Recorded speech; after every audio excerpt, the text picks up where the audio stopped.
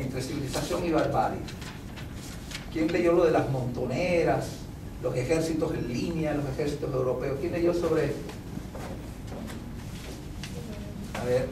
Bueno, dice que las montoneras son nada más masas precisamente masas de campesinos. Bueno, no me acuerdo si son campesinos o gauchos, pero pero son nada más los que estaban movidos por el, ¿cómo dice? Por el furor de la, o sea, como que por el furor y el cariño que tienen hacia un líder. Y regularmente esos líderes pues son caudillos. Es una ideología. Ajá. O sea, ellos no cuestionan por lo que están peleando, sino es más bien por el fanatismo hacia un líder. Sí. A un caudillo. Ajá. ¿Y cómo es la pelea de ellos? ¿Es organizada? ¿Ustedes han visto las películas esas de guerra europea, Napoleón? Los ejércitos. Está todo planificado, ahora sale la artillería, ahora sale no sé qué. Tú sabes hasta bobita, porque siempre está ahí parado para que le tiren la flecha, pero es así, ¿no? Y después que ellos bajen y suben los otros, es todo un ballet, ¿me explico? Porque ese sería un ejército organizado de línea a la europea. Las montoneras pelean así. ¿Qué parece ser una especie de guerra de guerrillas, ¿no? O sea, que atacan, asaltan como los malones de los indígenas, ¿no? Los cazador de hombres, como un cazador de hombres, o sea que ellos, o sea, no tienen nada así como organizado, que ellos nada más saben como la violencia como pura, no eso es lo que ellos aprendieron y eso es la manera que ellos luchan y bueno, lo vemos después que eso es como eso es la manera que ellos hacen su político también. O sea, bueno, porque de ahí, claro, las montoneras normalmente son las armas militares, ¿no?, de caudillos con intereses políticos. Pero también la revolución utilizó las montoneras contra España también. Porque ¿qué pasa al principio, en los años 20, al principio? ¿Qué pasa con las montoneras? ¿Logran triunfar sobre los ejércitos? Sí, sí. Precisamente los ejércitos europeos no están preparados, europeos, inclusive americanos, incluso españoles, no están preparados para luchar. Lo mismo pasa con las guerrillas, ¿no? Los ejércitos muy organizados no saben cómo pelear con las guerrillas, por eso hay momentos que triunfan. Pero en el texto, si usted sigue leyendo, ¿qué pasa después? Los ejércitos de línea ya aprendieron a pelear contra las... No sé si leyeron también qué pasa con algunos generales, algunos militares de ejércitos. ¿Recuerdan? Referente a esta lucha, a esta momentidad de la guerra civil. ¿Qué pasa con algunos militares a la europea? ¿Que son los que se convierten después en líderes de la región? No, en cuanto a cómo luchar. ¿Recuerdan? Militares a la europea que empiezan a adoptar... Sí, empiezan a adoptar esa técnica, esa cosa de grupúsculo, de montonera. De montonera. Empiezan a incorporar, ¿no?, las técnicas de la barbarie. De usar el cuchillo en vez de usar de fusilar, ¿eso fue? No, porque inclusive menciona un general que aprendió mucho de la técnica de los gauchos, Rivera, que dice que después era como un panquiano, que podía también saber en qué parte estaba sin perderse. Bien, pero que empieza a adoptar las técnicas de la barbarie montonera, vamos a decir. Bien, y hay un momento que gana, pero después pierde, ¿no? ¿Está bien? Entonces, este es uno de los casos en que se ve que las fronteras entre barbarie y civilización realmente no son tan deslindadas. Un personaje, digamos, de la civilización, como sería un coronel del ejército europeo, que empieza a adoptar técnicas montoneras, técnicas bárbaras, y triunfa por un tiempo, pero después pierde también. Inclusive que se pierde por eso mismo, por haber cedido a la barbarie.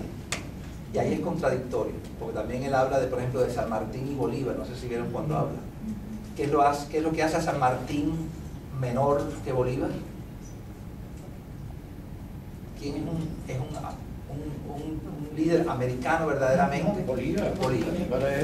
Incluso pero sabía lidiar con usaba las montoneras, era americano. Muy curioso en la introducción, que yo creo que lo entronca con Bello y con todo esto, es una cosa muy hermana. El retrato de Bolívar que hacen los escritores europeos, hacen la biografía europea, así que hace falta, en ningún momento dicen, no, que hace falta ya escribir un texto que que nos enteremos de cómo era Bolívar. Lo americano en Bolívar. Lo americano en Bolívar, que lo retrata de verdad. Muy emparentado con Olmedo y con esto, ¿no? Pero también porque nos están haciendo una lectura europea de Bolívar, en el sentido incluso de sus técnicas de lucha, ¿no? Este es un hombre que se salió precisamente de las técnicas europeas para incorporar técnicas americanas. En ese sentido era superior a San Martín, que siguió toda una... que no hizo ese ajuste, vamos a decir, o simplemente no parodió, incluso la palabra, no parodió, en ese sentido, incorporó las técnicas de la verdad. Y ahí dice que Bolívar es el superior también. Por supuesto, siempre ha habido ese problema entre Bolívar y San Martín, es un escritor. Recuerden que ellos se encuentran, el famoso encuentro de Bolívar y San Martín. Bolívar está bajando, San Martín está subiendo, se encuentran, y al otro día San Martín simplemente se va para Europa. Lo que se habló en esa sesión no se sabe. Obviamente era tú o yo, pero los dos no cabemos aquí. No se sabe. Lo que sí se sabe es que San Martín, como dice Martín, que no era de ellos el peor, dice Martín, se va y le deja toda la campaña liberadora, ¿no?, a Bolívar. O sea, siempre ha habido ese problema con Bolívar y San Martín, quién era superior, pero los dos eran de igual importancia, solo que en un momento parece que ya eran dos donde nada más que debía haber uno. Y San Martín humildemente decide renunciar a continuar su gloria. Entonces eso siempre ha habido, y es curioso que él entra en ese juego también, como que San Martín no hubiera logrado lo que logró Bolívar, a pesar de que logró, ¿no?, triunfó de Argentina, Chile fue subiendo, pero como que Bolívar era el hombre que iba a renunciar hasta el final de la independencia. Es otra polémica más. Está bien, entonces en ese caso de los ejércitos se ve ¿está bien? Y pueden buscar los textos, los casos en que habla de ciertos coroneles que hacen estas mezclas, ¿no? Y como a veces él dice, el error fue haber hecho esto y después el error fue no haber hecho lo otro. O sea, en algunos casos reconoce que es un mérito haber incorporado esas técnicas, ¿no? Y en otros casos reconoce que es un defecto. Por ejemplo, ¿qué pasa con, se tiene que dar al final, qué pasa con Rosas al final y su ejército? Dice, es una cosa que va a debilitar a Rosas eventualmente. El ejército de Rosas, el bestia, el caníbal, es un ejército a la europea. Y ahí empiezan las contradicciones, ¿no? Si Rosas fue un caudillo del campo, ¿no?, digamos, heredero de Facundo, un heredero degradado de Facundo, porque Facundo era un genio. La palabra genio está usada constantemente para Facundo. Era un bárbaro, también mataba, también, pero era un genio de la intuición, ¿no?, de la espontaneidad, ¿bien? Mientras que Rosas es más un Maquiavelo, un hombre más frío, ¿no?, más calculador, no tiene la genialidad de Facundo. Y aquí viene otra de las contradicciones también. Facundo es el personaje que él va a criticar, pero a la vez es admirable. Vean, si no, cada vez que habla de Facundo, deja caer que sí, que también mataba y hacía todos los crímenes que hacían todos los caudillos, por supuesto. Bien, pero siempre está la palabra genio. Era un genio mandado a, dice él, ¿a qué? Era un genio destinado a mandar. Sí, dice así, cuando presenta a Facundo después, no lo del tigre, sino más, era un individuo destinado a mandar. Es decir, tiene como un don natural que le viene, y eso también es muy romántico, viene marcado para, tiene una predestinación. Y en ese sentido, la relación que él tiene con Facundo como personaje literario es diferente a la que tiene con Rosas. A Rosas no le permite casi nada excepto al final, mientras que Facundo entiende que es un ser superior, solo que está abocado al mal, pero es superior. Pero de Rosas, al final hay un punto en que lo describe como, bueno, ya esas son mis palabras, sí, pero lo describe como un mal necesario porque él fue el que supo y pudo hacer no la revolución, pero el sistema unitario. Ajá, sí, y estaba rechazando a los españoles. Entonces era más bien como un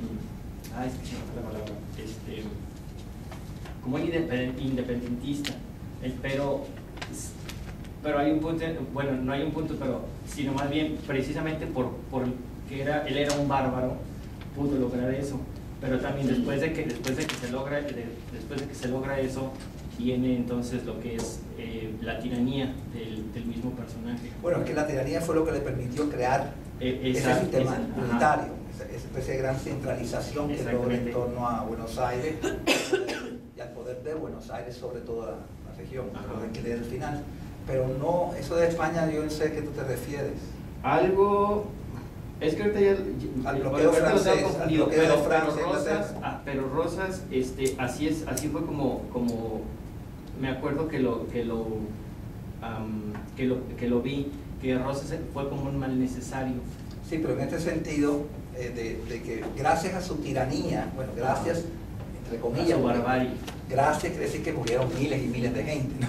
Sí. Pero gracias a eso, cosas que se discutían, que habían creado tantas facciones, tantas guerras civiles, tantos conflictos no resueltos en términos teóricos y prácticos, como Rosas te mataban, simplemente, él no entraba en conflictos contigo, simplemente te mataba y ya.